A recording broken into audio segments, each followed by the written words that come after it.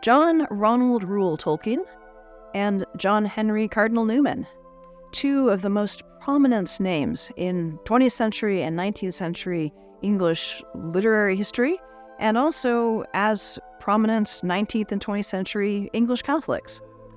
These two figures, so important, so significant, such great writers in their own ways, did they have a connection?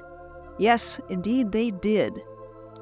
John Henry Newman started out as an Anglican. In fact, he was one of the most prominent Anglicans in the 19th century, helping to form the Oxford movement, which was trying to revitalize the Church of England.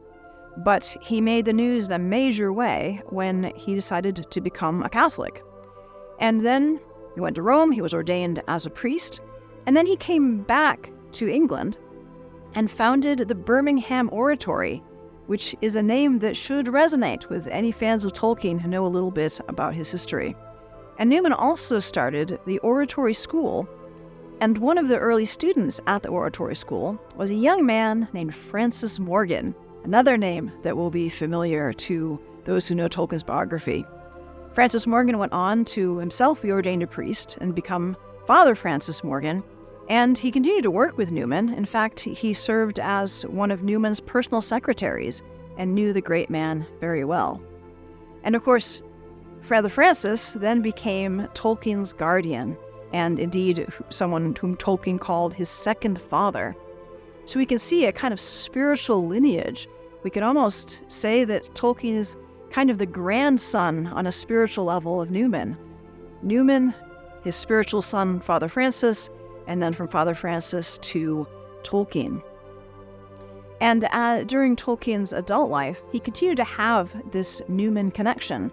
At Oxford, he was involved with the Newman Society, and he was also active in the National Newman Association. So he kept up a familiarity with the educational work of Newman and his Catholic presence in English culture. And I think we can also trace a little thread that we might be able to find a Newman connection in the world of Middle-earth. The character of the Old Took in The Lord of the Rings. Now, the name of the Old Took is in fact Gerontius Took. And Gerontius is an unusual name. It's a Latinate name for hobbits, and most of them are not. Where might Tolkien have gotten the name Gerontius? Perhaps from Newman's poem, The Dream of Gerontius, which was one of Newman's most famous works, even set to music by Edward Elgar.